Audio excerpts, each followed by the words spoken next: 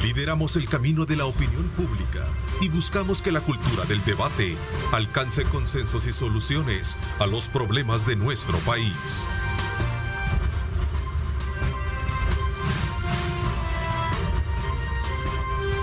Diálogo con Ernesto López. ¿Qué tal, amigos? ¿Cómo están? Qué placer enorme saludarles a ustedes a esta hora de la mañana. Como siempre, agradecemos esa fiel sintonía a nuestra programación.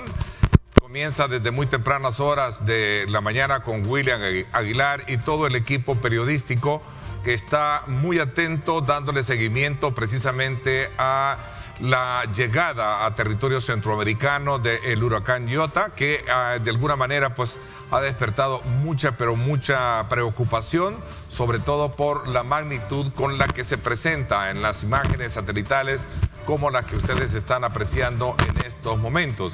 De acuerdo a las indagaciones, el país ya está listo para recibir por lo menos 3 días de lluvia y riesgos que podrían estar siendo generándose a partir de la caída de agua y el deslizamiento también de tierras precisamente por este huracán.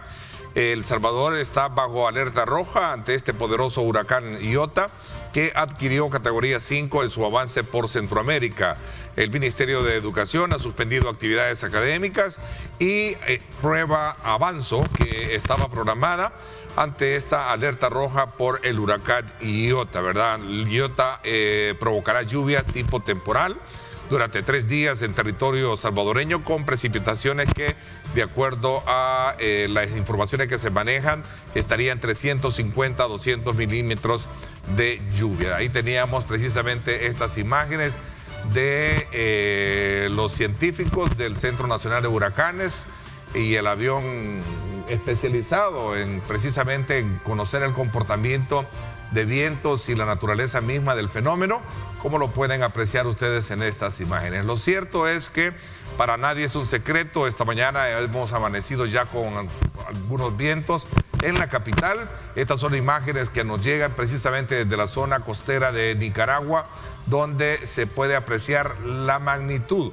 la fuerza de los vientos con las que está arreciando y golpeando fuertemente esta situación. Ayer, por cierto, desde Nicaragua recibían los informes de brigadas de médicos y brigadas de socorristas que estaban desplazándose hasta esta zona costera, precisamente para poder darle auxilio a todas las familias que ya prácticamente en su mayoría han sido evacuadas de esta zona. Hoy vamos a hacer una evaluación, vamos a hacer una lectura de cómo estamos preparados, y nos acompaña, y quiero darle la más cordial bienvenida a la comisionada presidencial para operaciones y gabinete de gobierno, Carolina Recinos. Comisionada, buenos días, bienvenida al programa. Buenos días, qué gusto poder estar aquí, Ernesto, poder compartir contigo, poder compartir con la audiencia todo lo que estamos haciendo. Realmente son momentos muy complejos para el país. Hemos estado desde enero en emergencia, estamos con el COVID, o sea, tenemos que atender todo lo que nos manda la naturaleza y todo lo que Dios nos pone como reto. Pero aquí estamos, así que es un gusto para mí poder compartir. Hace unos minutos estaban dando una conferencia de prensa en compañía del ministro de Medio Ambiente y el presidente de la Comisión de Protección Civil. Comisionada, y se hablaba precisamente ya del equipamiento y la coordinación con las municipalidades que se tiene para poder atender cualquier emergencia que se presente. ¿Podemos tener una recapitulación de lo que se dijo en esta conferencia de prensa? Entiendo de que ya se han desplazado especialmente a la zona del oriente del país y a las zonas bajas de nuestro territorio, es decir, las zonas costeras, que son las más vulnerables. Ya digamos, se ha desplazado la logística para poder atender precisamente cualquier tipo de emergencia que se presente en esta zona, ¿cierto? Así es, Ernesto. Una de las características del gobierno del presidente Bukele es anticiparnos. Cuando el COVID vino, por ejemplo, al país, no había llegado y nosotros ya teníamos un gabinete constituido. Mucha gente nos tildó de alarmistas, otros de exagerados. Recuerdo que fuimos al aeropuerto a hacer una inspección y ya en ese momento nosotros usábamos mascarilla y se llenaron, por algún pequeño grupo de gente, se llenaron de comentarios muy negativos a nuestra actuación. Sin embargo, la práctica y los resultados mismos del trabajo que hemos hecho nos dicen que en este país tan vulnerable, ¿verdad? Porque es un país donde inmensas cantidades de población viven sobre o bajo talud, grandes cadenas de pobreza que viven en los alrededores de los ríos sin ningún control, sin ningún cuidado. Recurrentemente todos los inviernos han tenido que ser evacuados, algunos, cuando ya el agua la tenían en la cintura, o cuando lamentablemente esas corrientes están con tanta velocidad y con tanta fuerza, ya se había llevado a algunos de sus familiares. Entonces, hemos estado trabajando de manera anticipada. Venimos nosotros del COVID, luego Amanda, Cristóbal, las langostas, luego el deslave de Nejapa, ahora ETA y en este momento Iota. Ni siquiera hemos terminado de atender los efectos de ETA porque todavía tenemos personas albergadas por efectos de ETA, pero ya en este trabajo nosotros, con un plan articulado, con un trabajo interinstitucional y con todas las instituciones de gobierno puestas al servicio de la Comisión Nacional de Protección Civil que lidera Mario Durán, hemos trabajado por planificar y poder llevar a cabo en el país una serie de medidas que nos permitan evacuar a la población que nosotros ya sabemos va a estar afectada, porque para eso se hace el análisis del mapa de deslizamiento, del mapa de derrumbes y de la trayectoria que está el fenómeno. Comisionada. Nosotros, sí, dime. Perdón, ¿tenemos nosotros habilitados albergues ya? Sí, así es. Así es. Son algunas escuelas, porque los albergues entiendo que se tenían en Jiquilisco y las zonas que, y también el que está en el sector de Zacatecoluca, si no me equivoco, han sido utilizados para la infraestructura del hospital para atender la pandemia del COVID, ¿cierto? Sí, así es. Ahí hay 2 hospitales que fueron muy importantes y seguirán siendo muy importantes en el COVID, cosa que todavía no ha terminado. Se quedan siempre como hospitales. Se quedan todavía. Nosotros hemos dispuesto 1000 albergues a nivel nacional, 1000 albergues, de los cuales ya están preequipados muchísimos de ellos. Por ejemplo, tenemos en Ahuachapán, tenemos en Apaneca, en Atiquizaya, en Concepción de Ataco, Jujutla, San Francisco Menéndez, San Lorenzo, San Pedro Puxla. En Chalatenango tenemos en Citalá, San Ignacio, en Cuscatlán, en Candelaria, San Rafael Cedros, Tenancingo. Aquí en La Libertad tenemos en Chiltuyupán, La Libertad, Nuevo Cuscatlán, San Juan Opico, Teotepeque, Jayaque, Jicalapa. En La Paz tenemos ahí en Olocuilta. Luego tenemos también en La Unión, en El Carmen, Nueva Esparta, Olocuilta, Pasaquina, Polorós, en Morazán tenemos en Cacaopera, Chilanga, Corinto, Perquín, San Francisco Gotera, en Morazán, en Sociedad, en Yamabal, en San Miguel, que es una zona previsiblemente impactada por los alrededores del Río Grande. También tenemos en San Miguel, en Chirilagua, en Ciudad Barrios, en Nueva Guadalupe. ¿Hablamos de escuelas y casas comunales? No. Nosotros tenemos escuelas, también estamos trabajando con aquellos espacios que ciertas iglesias o en casas comunales que estén habilitadas para eso. En San Salvador tenemos aquí en Nejapa, continuamos aquí en Nejapa, la población que tuvo los efectos, las del Angelito 1 y 2 no pueden regresar a su vivienda, están ahí. Tenemos en San Marcos, San Martín, en San Salvador tenemos como en 6 lugares, en Soyapango, en San Vicente, lo que usted me preguntaba, tenemos 8, tenemos solo 8 en Tecoluca, 4 en Tepetitán y 8 en San Vicente. Es decir, estamos trabajando incluso en Santana, en Metapán, en Santa Rosa, Huachipilín, en Sonsonate tenemos en 5 municipios, en Usulután tenemos en 4 municipios y en Cabañas también. Además, tenemos un plan especial con CEL, ¿verdad? CEL está desarrollando un plan especial alrededor de todas las presas, Guajoyo, Cerrón Grande, que son 3 departamentos que tienen influencia, digamos, por esta presa del Cerrón Grande, la 5 de noviembre y la 15 de septiembre. El día de ayer se han evacuado, aparte de los que todavía teníamos en los albergues por efectos de ETA, ya con esta tormenta Iota, tenemos alrededor de 700 personas. Una de las dificultades que nosotros encontramos es que la mayoría de esta población se acostumbró a vivir en el riesgo, se acostumbró a vivir en el abandono. Y entonces nosotros ahora vamos con una acción de prevención y en estos albergues pues hemos preequipado con la mejor condición que podemos, con camas, con el tema de frazadas, con el tema de los equipos médicos. Tenemos 1000 equipos médicos en todas las regiones atendiendo y asegurando no solo otros padecimientos, porque estas poblaciones llegan y llevan diabetes, llevan hipertensión, algunas embarazadas que incluso dan a luz dentro de los albergues, sino también el cumplimiento de los protocolos de bioseguridad para el no contagio del COVID. Estas familias, ¿de cuántas familias más o menos estamos hablando que todavía forman parte de ese grado de atención con la tormenta ETA, el huracán ETA, y ahora con lo que se puede venir, Dios no quiera, un poquito más, digamos, bajo la magnitud con la que se está viendo este otro fenómeno de ETA? Mira, ETA, y vamos a separarlo acá de Iota, ¿verdad?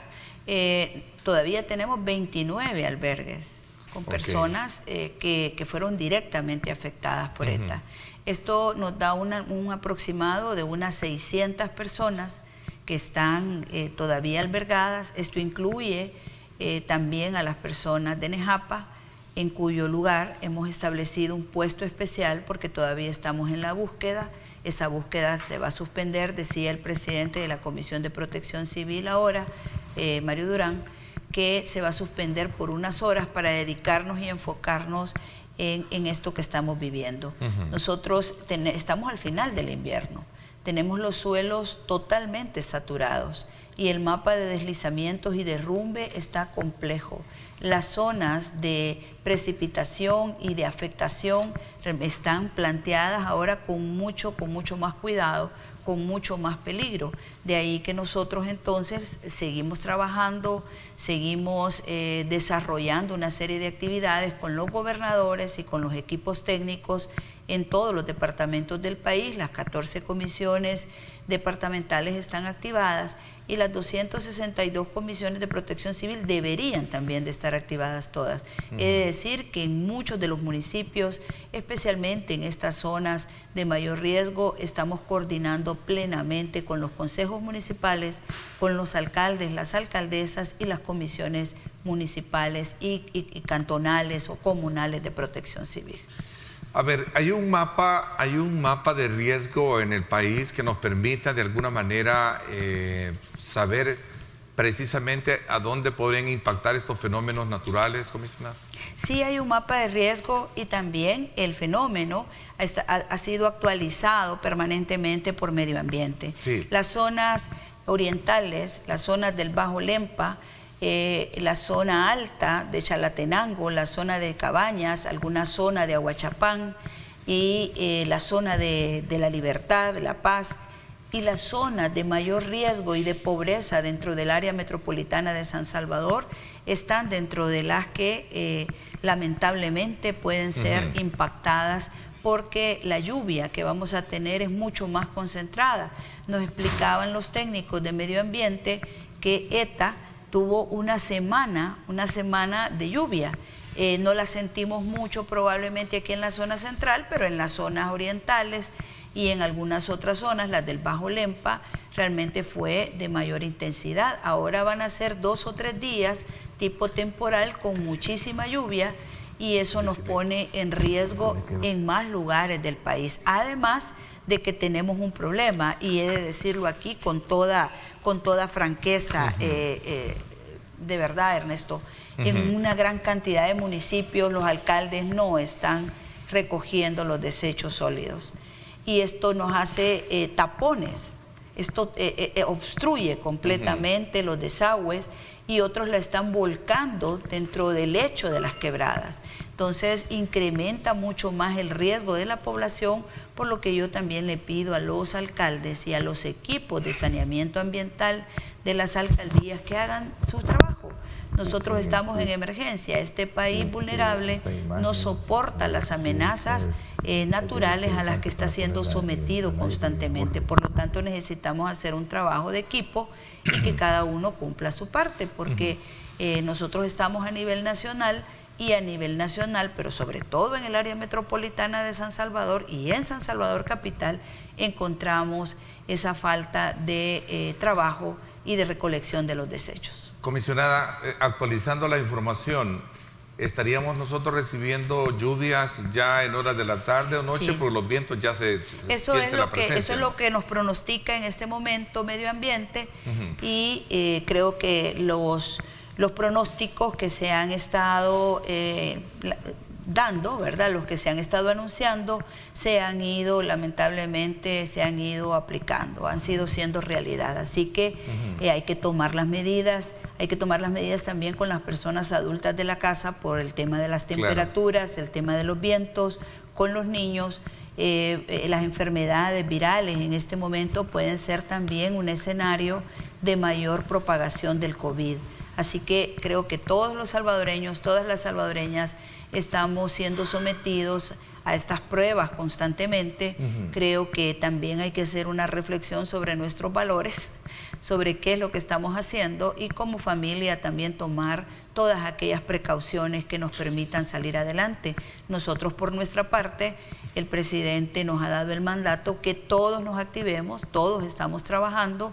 Todo el Sistema Nacional de Protección Civil está activado, pero también todas las instituciones. Tenemos alrededor de 130,000 personas de todo el gobierno trabajando, diseminadas en todo el país. Tenemos alrededor de 400 maquinarias entre el MOP y el FOVIAL que están distribuidas en todo el país. Tenemos además 1,000 equipos médicos que están en todas las regiones.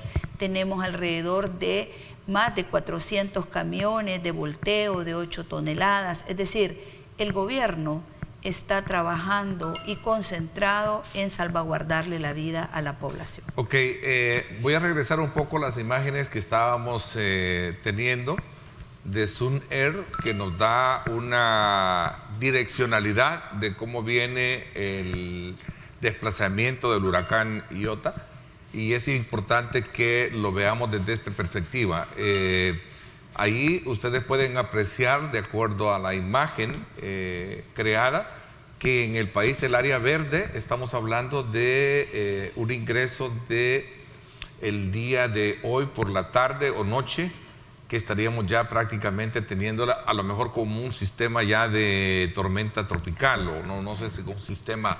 ¿Bajo qué categoría el informe que usted tiene, comisionada? Estaríamos... Así es, y coincide con los pronósticos que acaba de hacer nuestro ministro de Medio Ambiente y los técnicos de Medio Ambiente. La verdad es que en un país tan vulnerable como este, donde tantas personas, tantas miles de familias viven en esa condición de exclusión y en esa condición de riesgo, en un invierno que ha sido tan copioso, en unos suelos tan saturados, cualquier lluvia, ya no digamos esa cantidad de agua que se pronostica. Porque ahí podemos apreciar la magnitud del fenómeno, es tremendo. Entonces, esto es algo parecido, no sé si usted se recuerda, comisionada, perdón que le interrumpa, no sé si usted se recuerda el caso de Mitch, allá en el 96, 98, si no me recuerdo, 86, que tenía casi la misma intensidad, la misma copiosidad y la zona donde iba a impactar. Ahora nosotros ya no, esa zona obviamente es de mayor atención y lo estamos haciendo, pero consideramos que el país entero debe de entrar en esa emergencia que ha sido decretada por Protección Civil. Algunas personas ayer decían que ¿por qué alerta roja? ¿Para qué alerta roja si ni siquiera estaba lloviendo aquí en San Salvador ayer?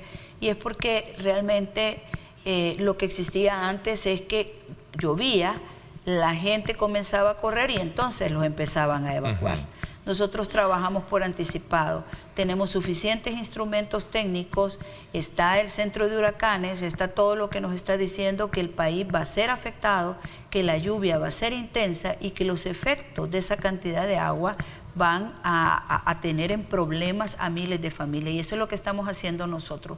Para eso, esos 1,000 albergues, nosotros podemos recibir miles y miles de personas. Estamos haciéndolo con la suficiente antelación, porque no solo se trata de poderlo hacer mejor, porque no es lo mismo evacuar a un anciano, evacuar a un recién nacido en medio de la tormenta, que evacuarlo con mayor tiempo, pero también por el COVID.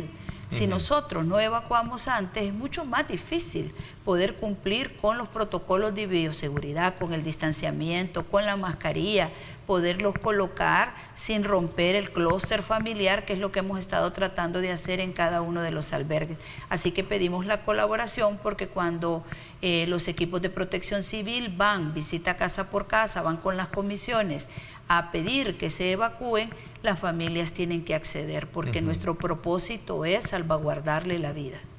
Alguien decía por ahí, y comparto mucho el comentario, prefiero ver a una familia enojada que después estar llorando por esta familia. Y creo que eso es cierto, porque el presidente ha dicho: preparémonos para lo peor, esperando lo mejor.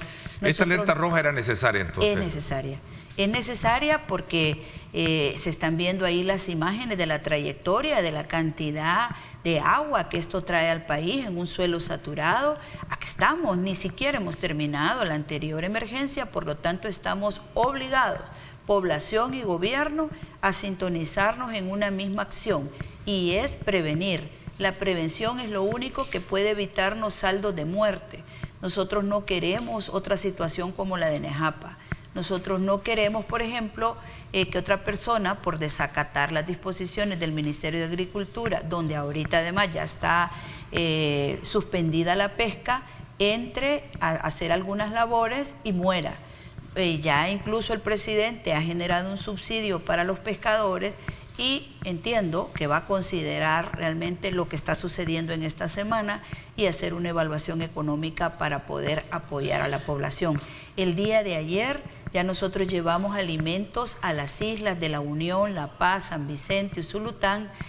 También nosotros hemos llevado a partir de ayer muchos más paquetes, y ahora se están distribuyendo en la zona de los Bolsones, que son personas que son salvadoreñas pero que han quedado en esa indefensión, claro, y que incluso encontramos pues con incumplimiento las sentencias al respecto. ¿Cómo están? Entonces, ahorita hemos repartido ya 42.000, vamos a ver, 52.000 paquetes alimenticios, tanto en las islas, en esas zonas, y en otras mucho más lejanas, donde por las razones que se puedan presentar, digamos, bloqueos de carreteras o aislamientos por crecimientos de los ríos, estas familias no podamos llegar inmediatamente a ellas. Entonces les estamos llevando también los paquetes de alimentación para que puedan estar preparados ante la emergencia.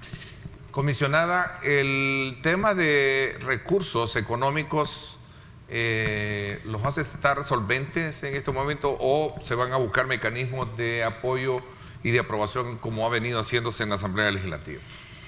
Bueno, Ernesto, la verdad es que por más que se diga, para la pandemia nosotros no tuvimos mayor apoyo.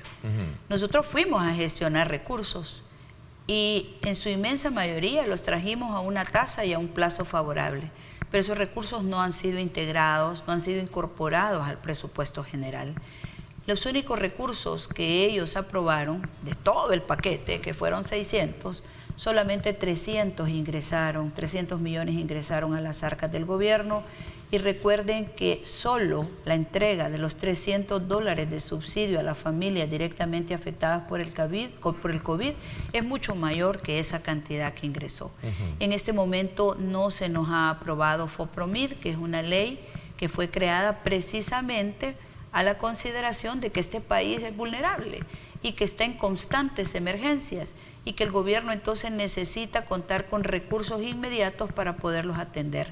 En este momento nosotros estamos trabajando con nuestro presupuesto, con la fuerza laboral que tenemos, con la fuerza solidaria de ese talento humano que trabaja en las instituciones, en todas estas instituciones, y con todo lo que las instituciones puedan redireccionar hacia estos efectos. No ha sido aprobado nada para FOPROMID, y no estamos contando con ese apoyo desde la Asamblea Legislativa para atender las emergencias en este país.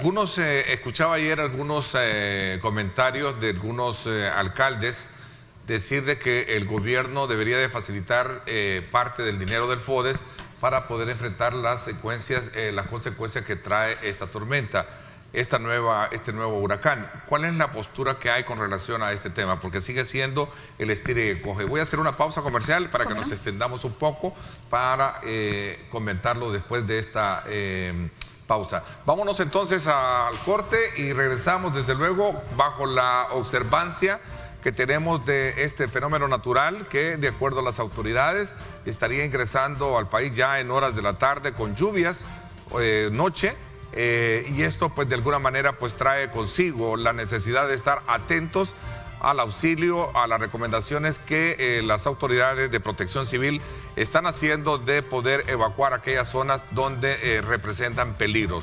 Hay que ponerle muchísima atención a esos llamados y evitar las tragedias que en su momento pueden sorprendernos a raíz de deslizamientos, deslaves, por la cantidad de lluvia que se prevé que podría generarse en nuestro país. Tráfico a esta hora en el sector del Boulevard de los Héroes, para que tome en consideración cómo desplazarse por esta zona. Así está el tráfico, tómelo en consideración, 7 de la mañana en punto.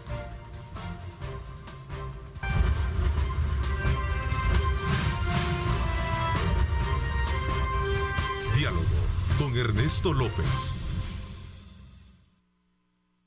Estás viendo Diálogo con Ernesto López.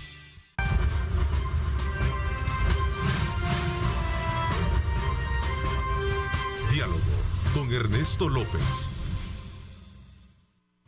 Gracias nuevamente por estar con nosotros, gracias al Banco Hipotecario. Vamos a esta sección en la que vamos a conocer el tema del financiamiento para las alcaldías. Ayer escuchaban a algunos alcaldes decir, bueno, necesitamos recursos del gobierno que se nos debe a partir del FODES para poder de alguna manera tener el auxilio hacia las familias. Por un lado, ese es un elemento que ha venido obviamente siendo punto de confrontación con las alcaldías. ¿Cómo se interpreta esta situación en el marco de esta emergencia, comisionada?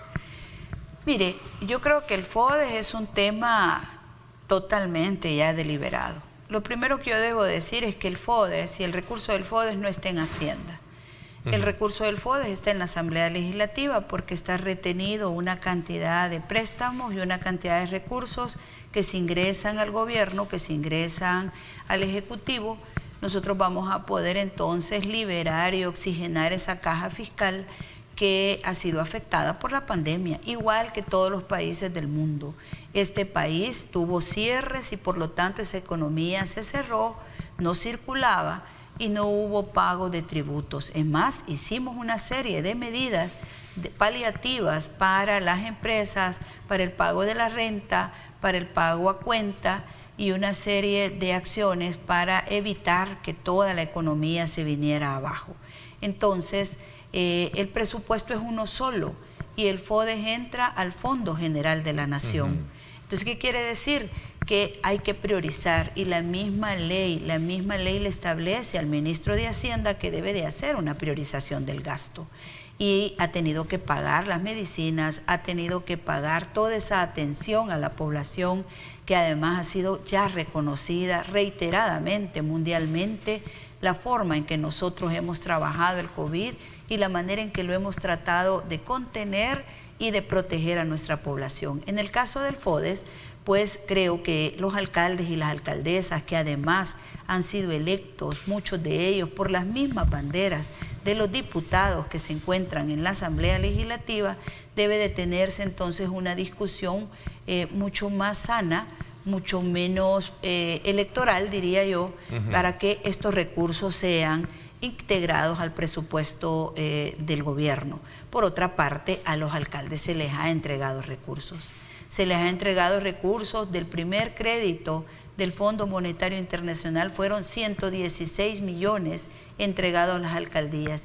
Y de este primer proyecto del BID se les ha entregado 75 millones. Que fue la última... Es correcto. Sumemos entonces cuánto es 116 más 75, nos da una gran cantidad de recursos que ni siquiera la tenían contemplada en sus presupuestos ordinarios y que se supone pues era para hacer el trabajo del COVID, y en honor a la verdad creo que el 100% del trabajo La inmensa mayoría del trabajo que se ha hecho por el COVID lo ha hecho el gobierno. Por lo tanto, ellos tienen recursos en este momento. No puede ser un justificativo el FODES, que además hay que trabajarlo con la Asamblea Legislativa, el no poder incorporarse a hacer trabajos en esta emergencia.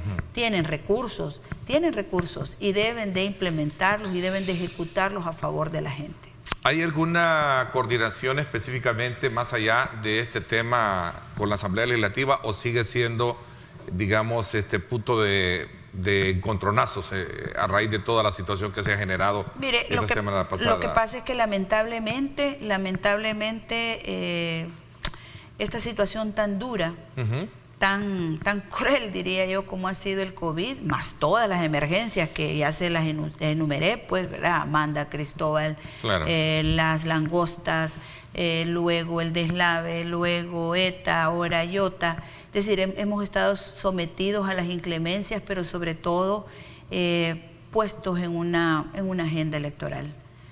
Ha sido tan difícil poder trabajar porque hay una decisión de bloqueo. Hay una decisión de no dejar trabajar al gobierno.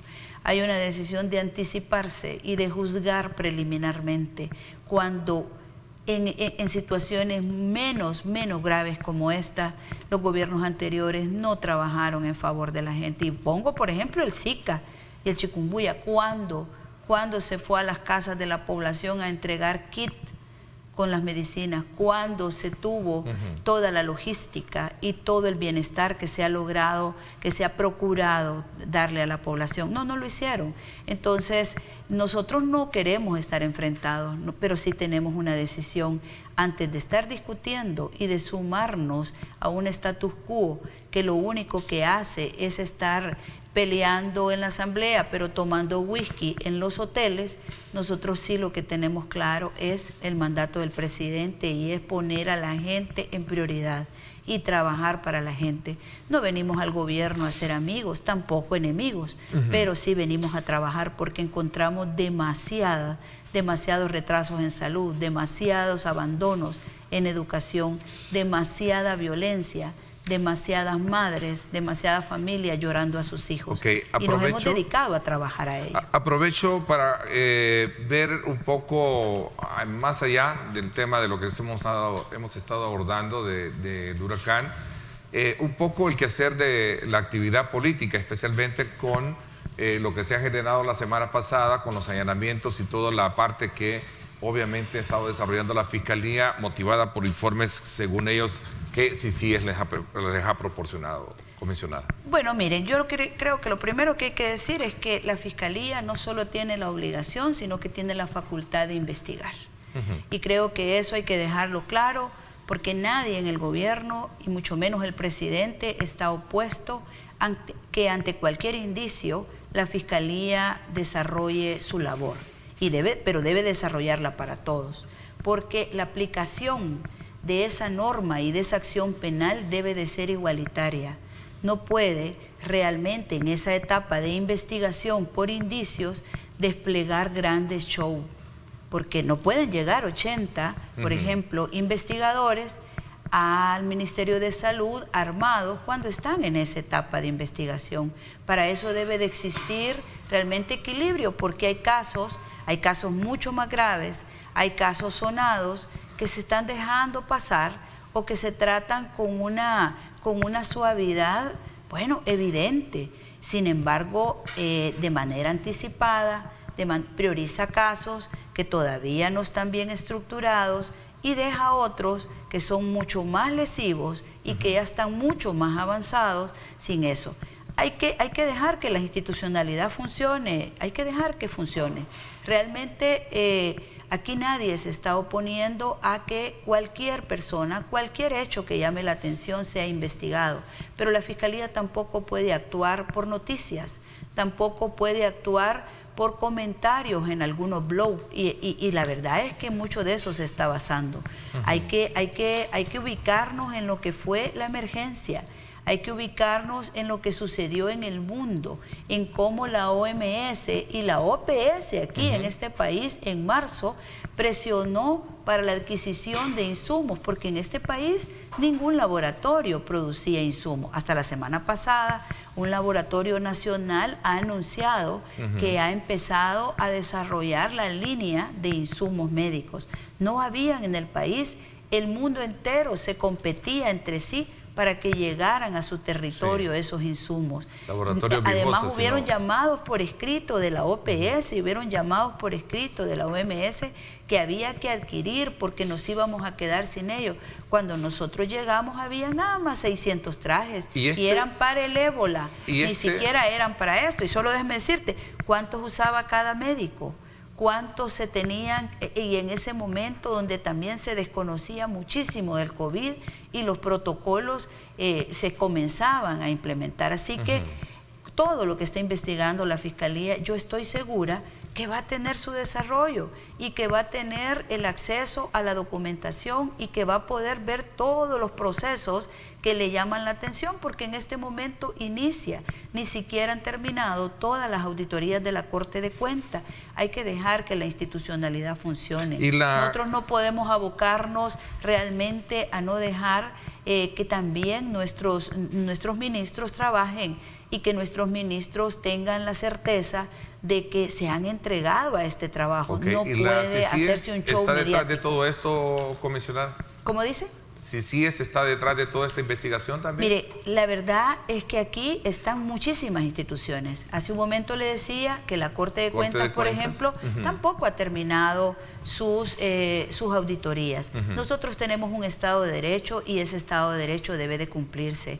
No puede realmente actuarse por pequeños o interesados editoriales de algunos periódicos o de algunos blogs. La realidad es mucho más intensa que esto. No, seguramente a todos nos van a inventar historias, pero entre la historia inventada y la realidad hay un gran trecho. Claro. Nosotros hemos trabajado por esta población, no tenemos ningún temor. El presidente ha sido claro, no va a aceptar ningún acto de corrupción, pero no podemos irnos tampoco entonces por esos mensajes, por esos editoriales y entonces entrar con ese lujo de fuerza a un ministerio que es una institución pública, que la misma ley impide que se entre armado, y hacer cosas que realmente después son cuestionables y que puede poner en riesgo incluso hasta las mismas investigaciones. Ok, esto se da en el marco de la solicitud que también la Fiscalía ha hecho, aún con otros argumentos que no tienen a lo mejor, digamos, una relación directa, pero es el tema del desafuero hacia el director de la Policía Nacional Civil y viceministro de Seguridad. Mire, pues, es que estamos en una situación en la que todo esto es electorero a su criterio. Se está atacando todo y en este caso se está atacando a uno de los funcionarios que con valentía ha apoyado y ha aportado al Plan Control Territorial. ¿Cuántos muertos nosotros encontramos como índice y como estadística en este país? La gente ya ni se asustaba cuando llegábamos a 30 muertos. ¿Cuántos hechos de violencia, cuánta muerte, cuánta sangre? Si algo ha impactado en este país es la aplicación de control territorial. ¿Cuánto tenemos nosotros ahorita como estadística y como promedio? Alrededor de 3.2 versus 16, 20, 30 muertos diarios. Esto significa miles y miles de madres, miles de familias que no han tenido que despedirse para siempre de sus seres queridos, de sus hijos principalmente. Y algunos cuestionan y dicen, no, hombre, es que aquí hay tratos oscuros, pero al rato los mismos dicen, no, esto es parte de la investigación, esto es parte de lo que yo he hecho. La realidad es que el comisionado Arriaza Chicas, también nuestro viceministro de Justicia y Seguridad, es una persona que con valentía y con la independencia que la misma Constitución le confiere como director de la Policía Nacional Civil, ha actuado en consecuencia. Él no se puede prestar a show, él no puede, y además ha argumentado como profesional del derecho también que es. Sin embargo, ahora sí se van a apresurar, han hecho una comisión y van a empezar a hacer su discusión. La verdad es que yo creo que el cálculo de algunos diputados y sobre todo de esa fracción de Arena, el Frente y del señor Rodolfo Parker, es que entre más show hagan ahí, un poquito más llaman la atención, porque en el territorio los resultados de las, no sé, de las encuestas son muy desfavorables. La verdad es que yo creo que a lo que le tienen miedo es a esto. O sea, aquí está claro, hasta en sus mismas encuestas mandadas a hacer por ellos mismos, está claro cuál es la intención de voto de la inmensa mayoría de la población. ¿Por qué no hacen con esa rapidez el desafuero de gente que ha estado claramente ligada en negociaciones con pandillas? No le quitan el fuero, pasan discutiendo meses. Ahora, de manera express, quieren desaforar a nuestro director de la Policía Nacional Civil con el único y claro propósito de afectar la ejecución del Plan Control Territorial. Pero no nos van a detener, no nos van a desmoralizar. Lamentablemente, este momento del país, este momento de la historia es muy difícil y tenemos que sobrellevarlo. Tenemos que poner un poco las luces en alto. Las elecciones no pueden ser el único fin para estar discutiendo y mucho menos para estarnos atacando y estar atacando a los funcionarios de gobierno. Aprovecho la presencia suya para conocer otros temas en reacción. El día de ayer el presidente de la Asamblea Legislativa, Mario Ponce, en una intervención de entrevista dijo de que la presentación que había hecho el gobierno del presupuesto de la Asamblea Legislativa es más político por el exacerbado cantidad de incrementos de salarios que presentan, entre otras partidas ahí que no coincide precisamente con la realidad fiscal del país. Bueno, ¿qué piensa al respecto? Mire, la verdad es que nosotros hemos hecho un esfuerzo grande de estructurar un paquete presupuestario que responda a las necesidades de la población. Nosotros encontramos un país sin escuelas prácticamente, con la gente tirada en el suelo en los hospitales, un país en violencia, un agro abandonado, un turismo realmente de pantalla, sin infraestructura, unas calles cuestionadas, incluso una gran mayoría de esa construcción de esas carreteras. Y este presupuesto no es de 43 votos, porque nosotros no tenemos miedo a la discusión, porque lo que está plasmado ahí es una apuesta social, es una apuesta hacia la inversión en el ser humano. Entonces, cuando él habla de salarios, seguramente se está refiriendo a esas miles de plazas que se van a sostener en los médicos, porque antes no existía plaza para los residentes, los estudiantes y los de año social, no existía eso. Ahora van contenidas ahí. Van también más de 3.000 plazas para todo lo que se requiere para la atención del COVID. ¿O es que cree que se va a desaparecer el COVID por obra de gracia? Por decreto, como ha pretendido esta Asamblea Legislativa. También va el incremento a los policías o a la Fuerza Armada. ¿Es incorrecto eso? No creo que sea incorrecto. Entonces, el incremento de los salarios está dirigido ahí. Está dirigido también a mejorar la condición de los maestros, a mejorar la condición de los médicos de Fosalud, que nunca ni siquiera les pagaban las horas extras cuando ellos trabajan de noche. Y se ha incumplido por años la ley, se ha incumplido por años el derecho que ellos tenían a tener sus horas extras y a tener una cierta igualdad entre los médicos de Fosalud y los médicos del MinSal, por ejemplo. Decía él que es un presupuesto con alto ingrediente político y están las trampas para el órgano legislativo, porque el Ejecutivo trae dentro del presupuesto 2021 bono para la policía, bono para el ejército, bono para el personal médico. Entonces eso significa que de no aprobarlo dirían, no, están negando el bono. Ahí es donde está el criterio político, declaró. Mire, yo no soy, ¿verdad?, quizás la persona más adecuada para darle un consejo a ellos, ¿no? Ellos son políticos de muchísimos años, hay quienes tienen, 2 o 3 décadas de estar sentados ahí, ya tienen muchísima experiencia. Pero la verdad es que ese es un mal enfoque. Reconocer que para ellos es política hablar de mejorarle la condición a los policías, reconocer que para ellos es politiquería darle un salario o contratar médicos, enfermeras y personal de salud que urgen dentro de todo el sistema de salud, pero también para atender el COVID, no me parece lo más apropiado. Nosotros no podemos jugar con eso. Nosotros no estamos llevando un presupuesto para hacer show. Lo que estamos llevando es un presupuesto para atacar y de empezar a darle respuesta a las necesidades de este país. Ellos decían de que nosotros habíamos hecho una perspectiva, lo habíamos estructurado sobre una perspectiva de crecimiento exagerada, porque lo hicimos sobre las bases de crecimiento que establecía el Banco Central de Reserva, 3.9. Surgieron muchas voces, ellos y los satélites que están alrededor de ellos, algunas instituciones y algunos disque analistas. Entonces, ¿qué hizo inmediatamente el Fondo Monetario? No, vamos a crecer 4, dijo, poco más de lo que habíamos dicho. Después el Banco Mundial dice 5 y las calificadoras de riesgo también dicen 5.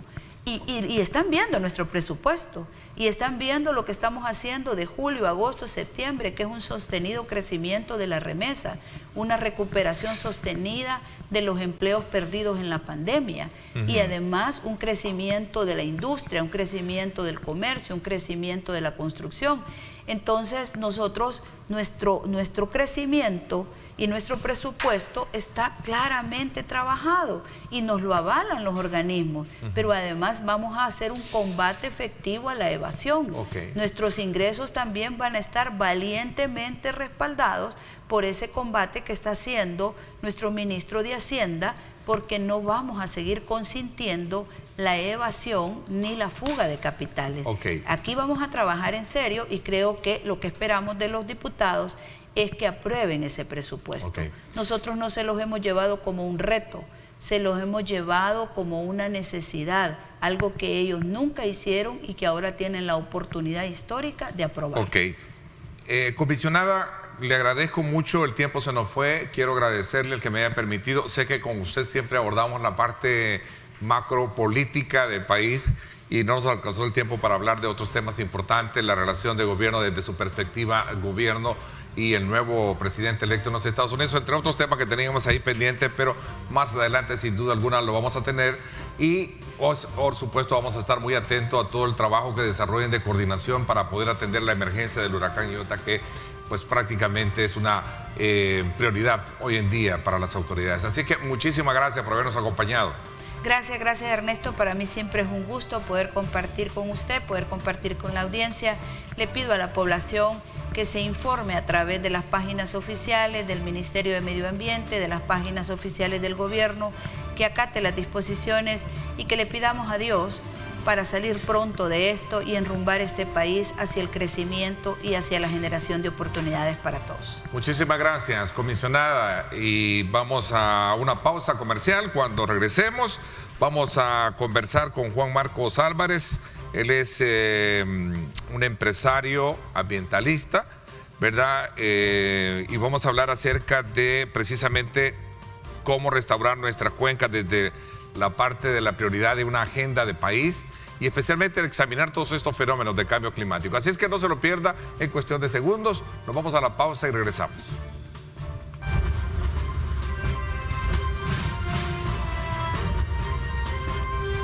Diálogo con Ernesto López. Estás viendo Diálogo con Ernesto López.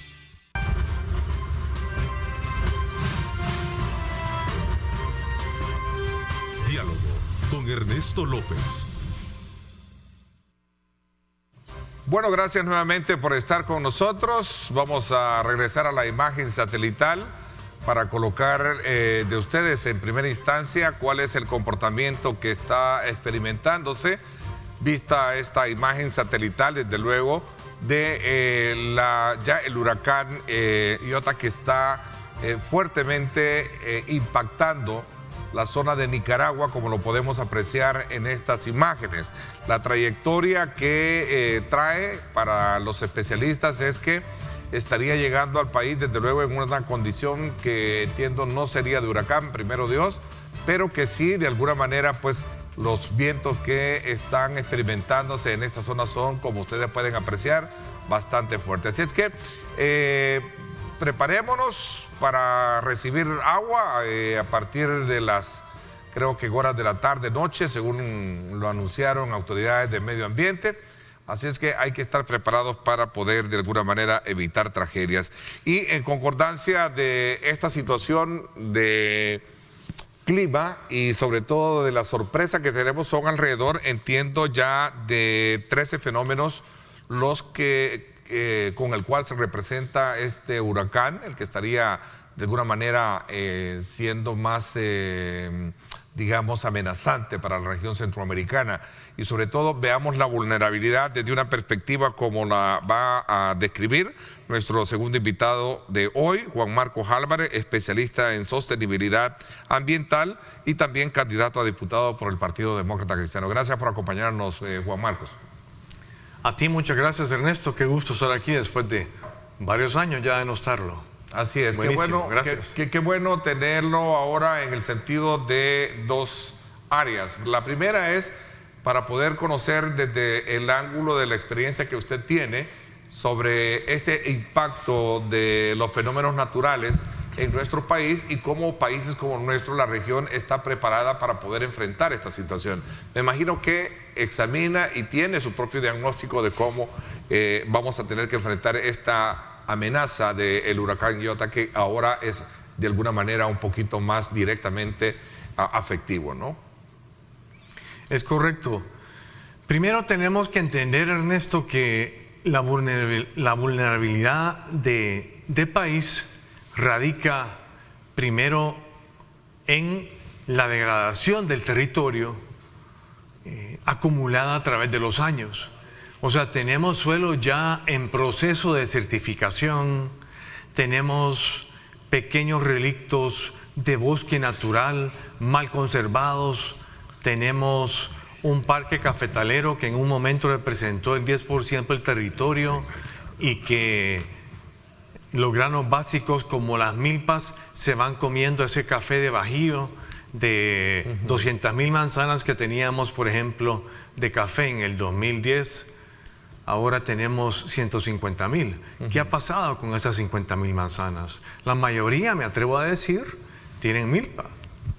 Entonces, hay severa degradación ambiental en el territorio que, al añadirle la ecuación del cambio climático, que literalmente está encima de nosotros desde hace varios años.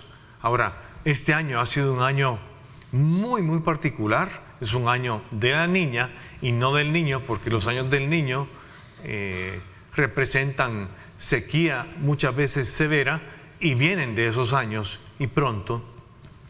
Pero en la realidad, ante lluvias copiosas y un año como el 2020, tampoco nos ayuda por el hecho de que estamos abajo de una cuenca grande como es el río Lempa.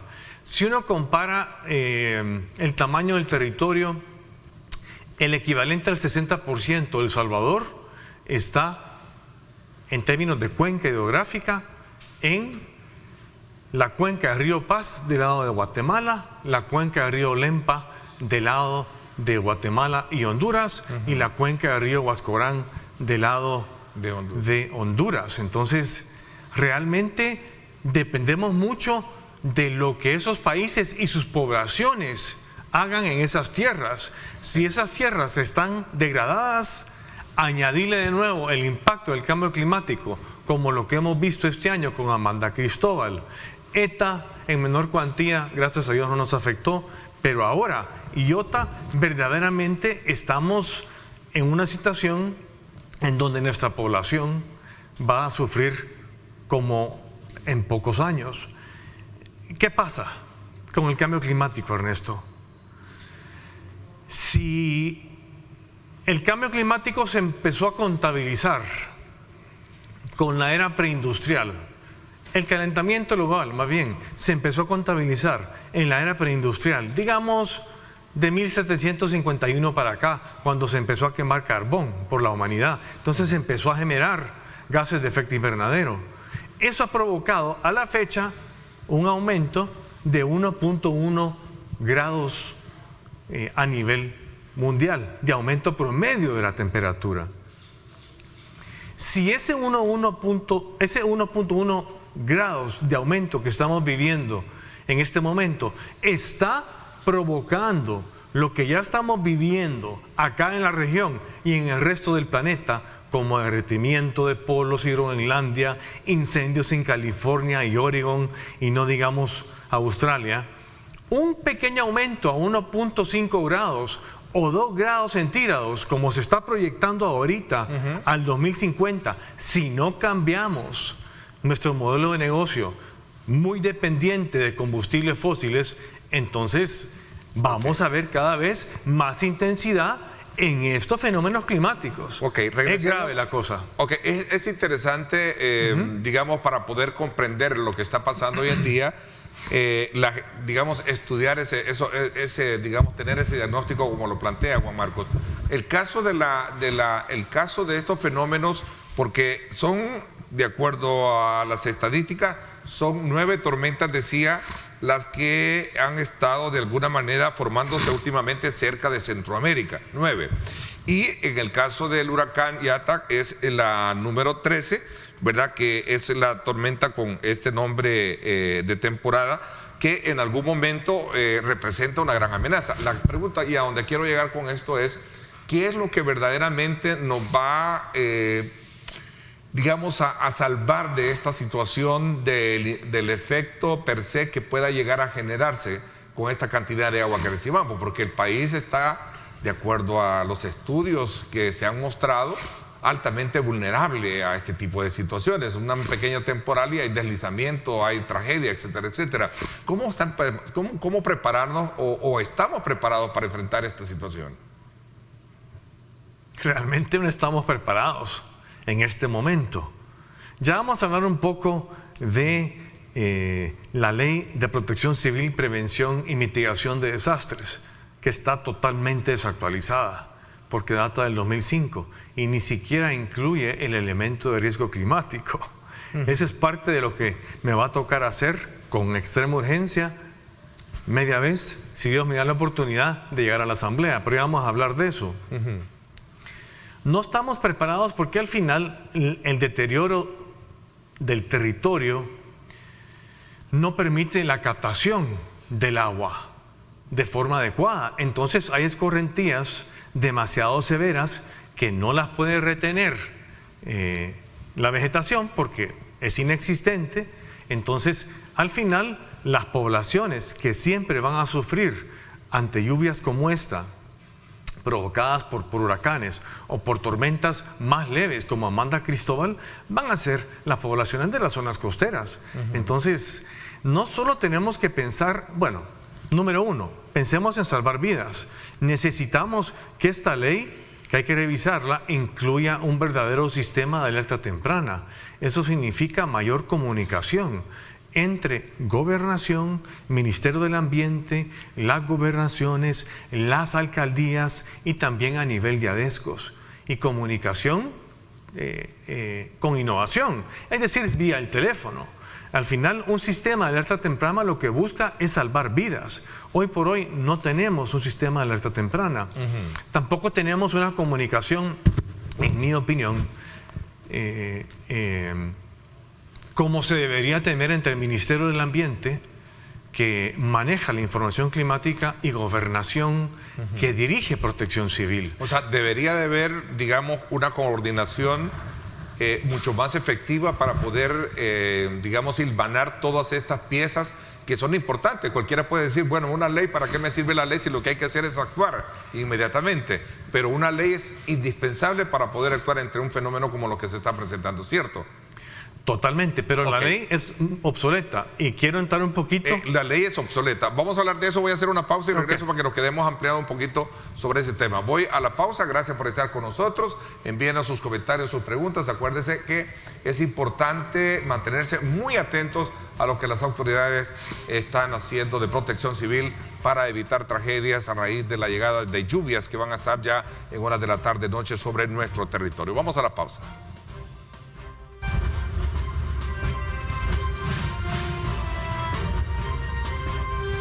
Diálogo con Ernesto López. Estás viendo Diálogo con Ernesto López.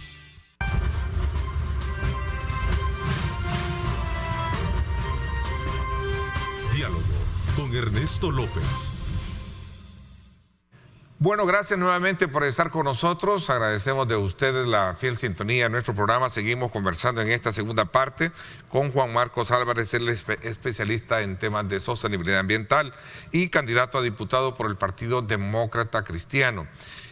Hay un elemento importante que hemos dejado antes de irnos a la pausa y tiene que ver con la parte legal, pero también con la parte de actuación, de coordinación de todos aquellos actores a la hora de poder enfrentar un fenómeno natural como el que se nos avecina.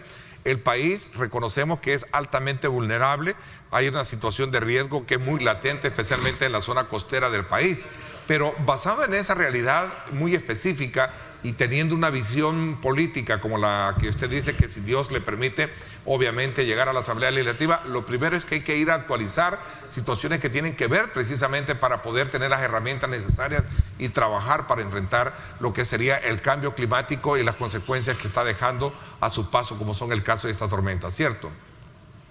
Totalmente de acuerdo. La Ley de Protección Civil, Prevención y Mitigación de Desastres data de noviembre del 2005 y he recogido, aquí la tengo, he recogido varios temas que quiero compartir con los televidentes porque es bien importante que dimensionen esto. Lo que se busca es asegurar a los habitantes de la República una efectiva protección civil en caso de desastres y crear un sistema nacional de protección civil, prevención y mitigación de estos desastres, pero al final no se menciona en ninguna parte el riesgo climático. Eso es bien importante, está desactualizada en ese sentido. Ya estaba encima el cambio climático, pero no era tan obvio como lo es ahora. Por otro lado, uno de los principios que tiene la ley es el principio de sustentabilidad, y este es bien interesante. Dice así: las acciones de protección civil, prevención y mitigación en caso de desastres contarán con participación comunitaria para favorecer la sustentabilidad y la protección de los ecosistemas amenazados. Ya comienza a hablar de ecosistemas amenazados. Y todo nuestro país es un ecosistema, ¿no? Pero también hay ecosistemas amenazados por embates climáticos, como lo son manglares, como lo son áreas boscosas en partes altas que pueden lavarse con deslaves que al final, si no los tenemos bien mapeados, salen sumamente afectados en estos casos de abundante lluvia. Juan Marco, usted en una entrevista que Amplia publicó la prensa gráfica el día de ayer, habla precisamente que advierte, sobre el aumento en la vulnerabilidad de El Salvador debido al cambio climático. Asegura que aún hay tiempo de corregir la ruta, es decir, reconocemos que somos altamente vulnerables y que estamos a tiempo para corregir esto. ¿De qué forma? A ver, estamos a tiempo para corregir y revertir el calentamiento global, pero en el largo plazo.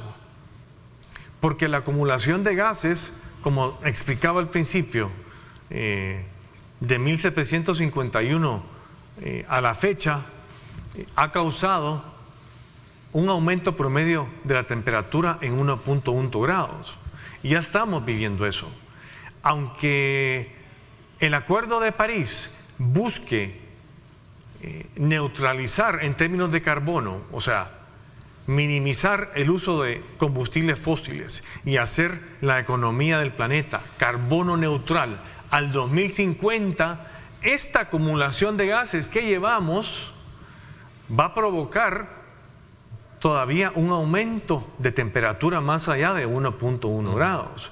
El Acuerdo de París lo que busca es que al 2100 la temperatura no pase de un aumento de 2 grados centígrados, llegando a una economía carbono neutral en el 2050, imagínate. Entonces, en ese sentido, es reversible, pero vamos a continuar, aunque logremos el Acuerdo de París cumplirlo como países firmantes, incluyendo ahora Estados Unidos con Joe Biden, que ya anunció que se va a reinsertar como país en el Acuerdo de París. Aunque ese acuerdo se cumpla, vamos a seguir viendo daños en mayor cuantía. Ok. O sea, es reversible en términos de limitar el aumento al 2100 si cumplimos el Acuerdo de París. Ok. ¿De dónde debe de comenzarse a ordenar este tipo de situaciones? Dice Roberto Cañas, nuestro buen amigo que nos escribe y dice: es urgente, Ernesto, que el país planifique para la prevención y no para actuaciones paliativas como se ha hecho antes. Pues ocurridas las tragedias, a los pocos días son olvidadas, como lo evidencian los daños provocados por Mish, el Stan, Ágata, que aún no han sido reparados. Este es un elemento bien importante que él plantea. ¿Por dónde comenzar? Usted ahora asume el reto de entrar a la política partidaria, asume desde luego una candidatura a la legislación salvadoreña, a diputado, a la diputación, y se puede hacer algo concretamente desde ahí. A ver, concuerdo con lo que dice Roberto, pero déjame terminar con dos temitas nada más de la ley. Ok. La ley, en el artículo 9, habla de la obligación de la Comisión Nacional de Protección Civil y Prevención y Mitigación de Desastres de diseñar la política. Pero esa política se diseñó hace años.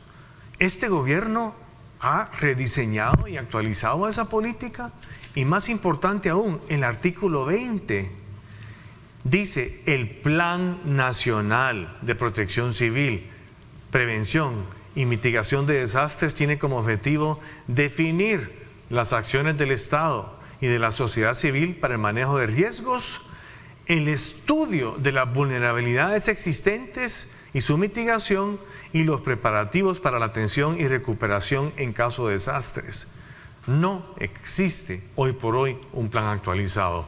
Esa debe ser la prioridad número 1 de este gobierno, porque al final es un gobierno reactivo, como bien lo dice Roberto Cañas. No solo lo digo yo, sin un plan verdaderamente aterrizado que incluya el riesgo climático, estamos hablando, pura retórica. Entonces, si bien es cierto ahorita, la comisionada habló de que están invirtiendo en prevención y evacuando, eso está bien, pero son medidas paliativas de momento, ad hoc a la situación de momento. Tenemos que prepararnos con una nueva legislación, y ese es uno de mis compromisos: revisar esta ley, mejorarla y también proponer una ley integral de cambio climático que incluya elementos de inversión en adaptación del territorio para reducir vulnerabilidad. Eso es, Neto. Ok, voy a la pausa. Cuando regresemos, ¿se puede trabajar desde el ángulo político partidario todo este mal rumbo que ha tenido el tema de el tratamiento ambiental en el país? Porque yo creo que eso es importante, aprovechar que está con nosotros ahora y como una antesala previo a lo que vamos a tener que hablarlo en los programas políticos electorales ya con usted. Es parte de esa agenda ambiental como tal. Vamos a una pausa y regresamos. No me cambie.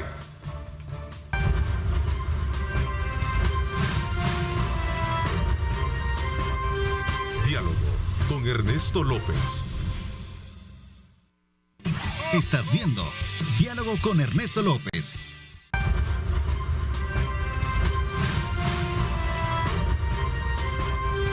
Diálogo con Ernesto López. Bueno, gracias nuevamente por estar con nosotros. Continuamos en este segmento gracias a Banco Hipotecario, conversando con el especialista en el tema de sostenibilidad ambiental, el empresario Juan Marcos Álvarez.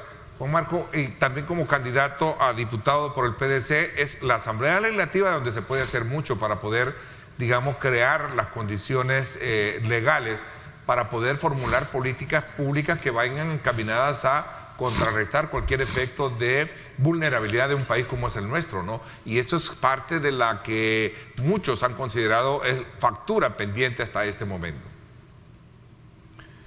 Creo que la factura pendiente que la gente visualiza es tal vez la lenta aprobación de la legislación, pero eso tiene que ver, en mi opinión, con el estilo, por ejemplo, de los anteriores ministros. Por ejemplo, la exministra del Ambiente en el gobierno de Sánchez Serén no socializaba la legislación. Por ejemplo, la ley del agua.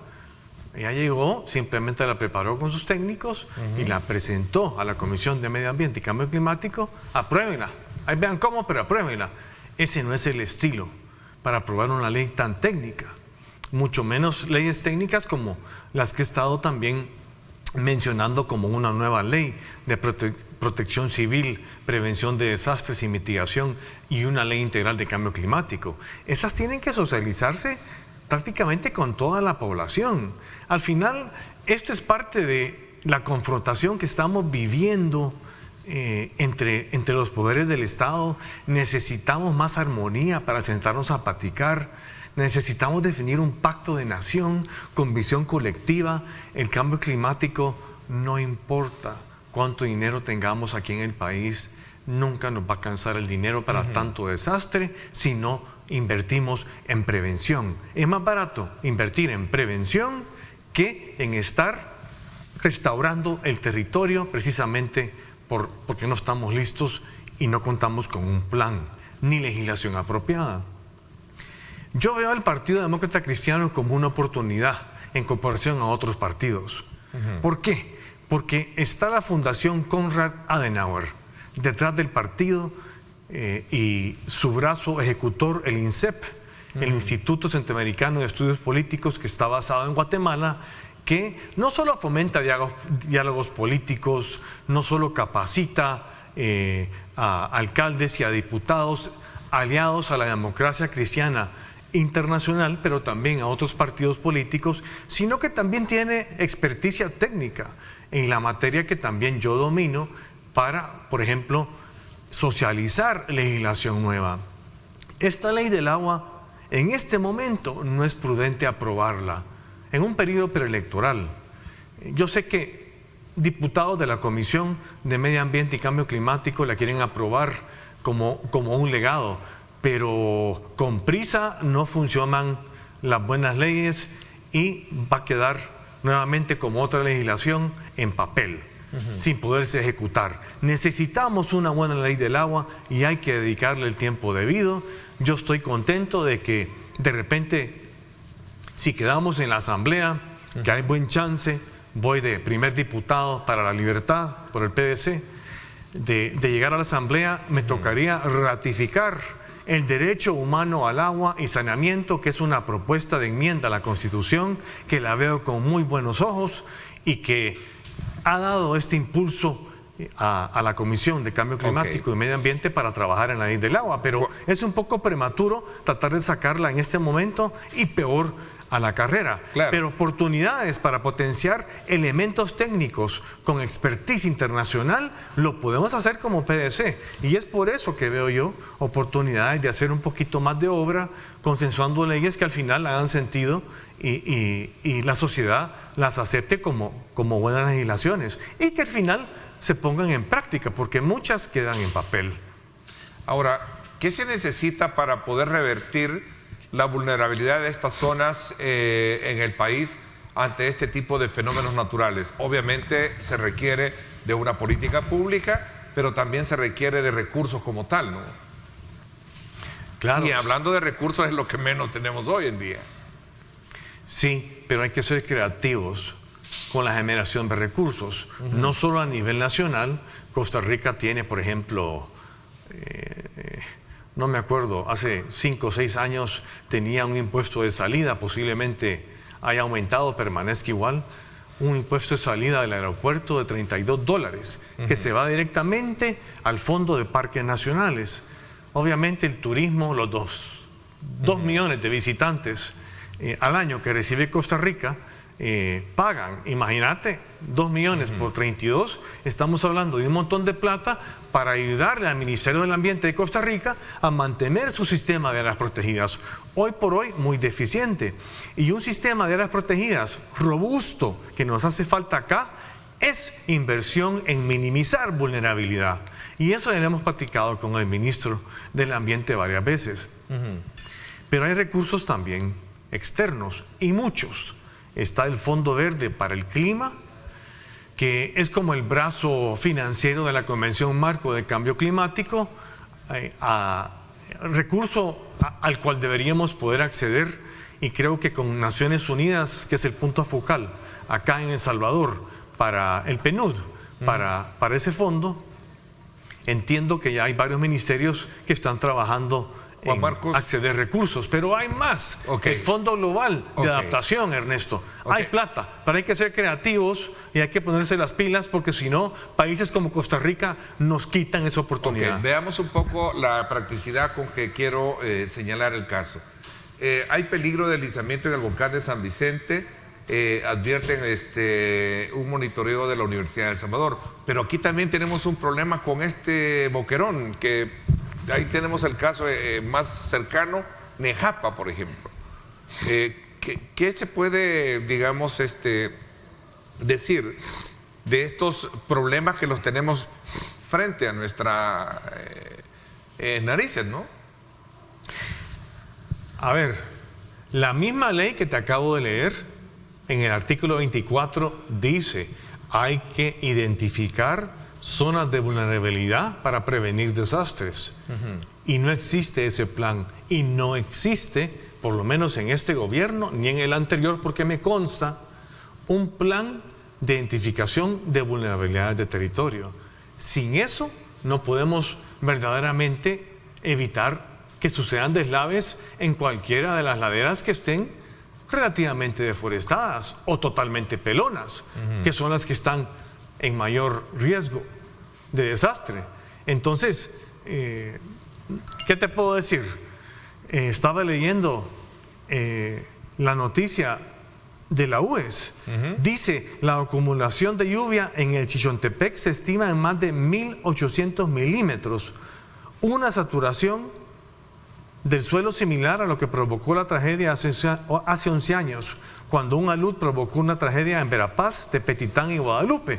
Entonces, mira, el huracán se ha deteriorado, está ahorita ya en categoría casi 2. Yo esperaría lluvias, tal vez no tan intensas, pero sí continuas como temporal. No nos queda más que estar en alerta y seguir recomendaciones de protección civil, a quien también hay que fortalecer con dotación de equipo y capacitación adecuada. Estamos en manos de Dios, Ernesto. Muchísimas gracias, Juan Marcos Álvarez, por habernos acompañado. Esperamos más adelante verlo más activo con el trabajo territorial y, por supuesto, de participar en los programas electorales que tenemos acá en Megavisión, como es Pulso Ciudadano con Julio Valdivieso, y por supuesto también en el tema de nuevos rostros, nueva generación de políticos, con el caso de los protagonistas con este servidor los días miércoles. Así es que muchas gracias por habernos acompañado y esperamos verlo más adelante acá activo. Por mi parte, eso es todo por hoy. Ahí está el tráfico en el sector de la Jerusalén, para que usted tome en consideración si piensa desplazarse en esta zona. Gracias por su atención, pásenla bien y, como siempre, recuerden lo más importante: amar a Dios sobre todas las cosas. Lideramos el camino de la opinión pública y buscamos que la cultura del debate alcance consensos y soluciones a los problemas de nuestro país.